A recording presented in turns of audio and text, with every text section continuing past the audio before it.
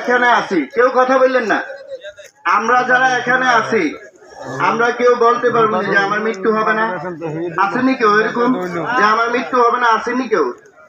বাকি হ্যাঁ, এমনও হতে পারে যে বাবার আগে সন্তান দুনিয়ার জমিন থেকে বিদায় নিয়ে চলে গেছে, অথবা বড় ভাইয়ের আগে ছোট ভাই দুনিয়া থেকে বিদায় নিয়ে চলে গেছে, তাই না?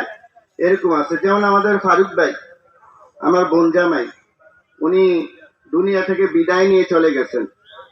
আমরা কোনো সময় কল্পনাও করি নাই যে উনি এভাবে গাড়ি অ্যাক্সিডেন্ট করবেন, তারপরে আল্লাহ তাআলা নিয়ে নিবেন।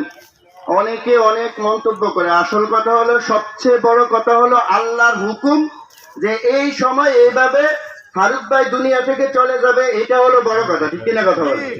আল্লাহর হুকুমের উপরে কোনো কিছুই নাই।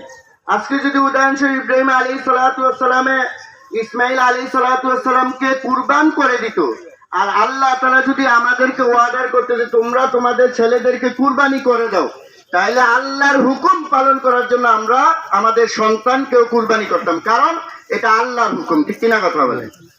বাকি এখানে একটা বিষয় হলো যে মানুষ জানে না কার মৃত্যু কোন জায়গায় হবে। আল্লাহ রাব্বুল আলামিন কোরআনের মধ্যে বলেন, ওয়ামা তাদরি নাফসুম বিআইয়ি আরদিন তামুত।